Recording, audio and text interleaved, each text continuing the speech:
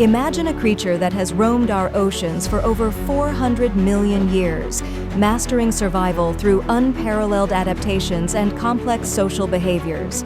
Sharks are often portrayed as solitary predators, but beneath this formidable exterior lies a deeper, more intricate social fabric than many are aware of. Today, we explore the fascinating world of shark families and the generational wisdom that binds them. At the heart of this exploration is the notion that not all sharks lead solitary lives.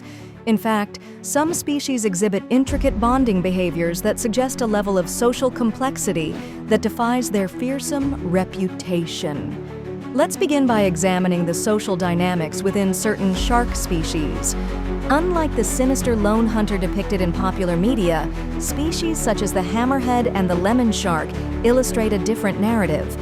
These sharks are often found in groups, forming what can be described as social communities.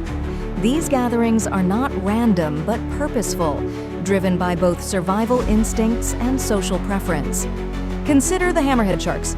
Research suggests that their unique head shape enhances their sensory capabilities, which is advantageous for hunting and avoiding threats. Yet, it also plays a role in social interactions. Hammerheads are known to form schools, particularly during migration. These bonds are not superficial, as studies indicate a form of recognition and preference for certain individuals within their group.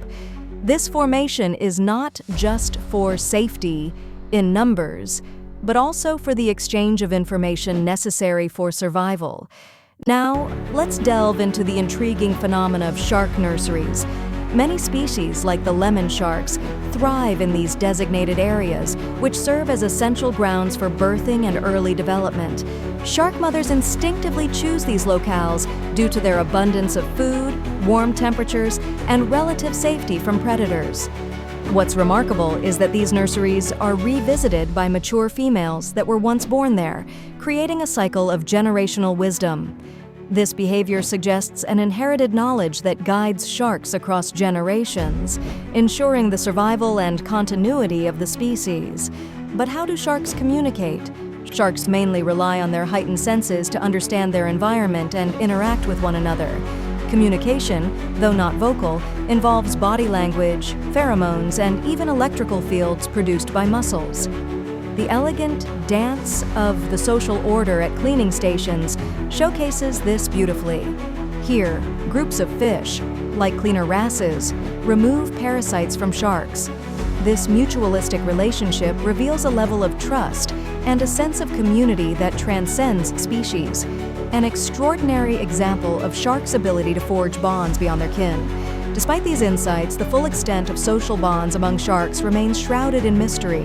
There are anecdotal accounts and ongoing research suggesting that some species may exhibit signs of loyalty and companionship uncommon in the natural world. Observations of certain species show them traveling in pairs or small groups for extended periods, hinting at emotional bonds akin to friendship in humans.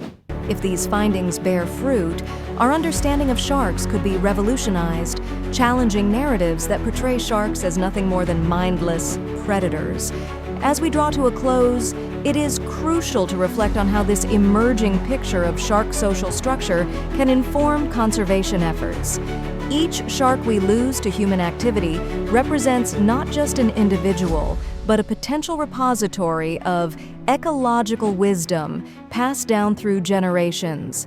By depolarizing them from the stereotype of mindless killers, we open pathways to conserving the intricate tapestry of oceanic life.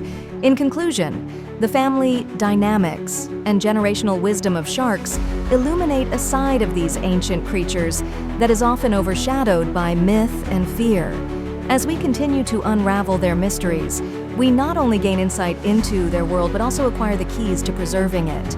Next time we think of sharks, let us remember them not just as solitary hunters, but as pivotal members of the ocean community, rich with emotional bonds and generational knowledge, waiting for us to listen and learn.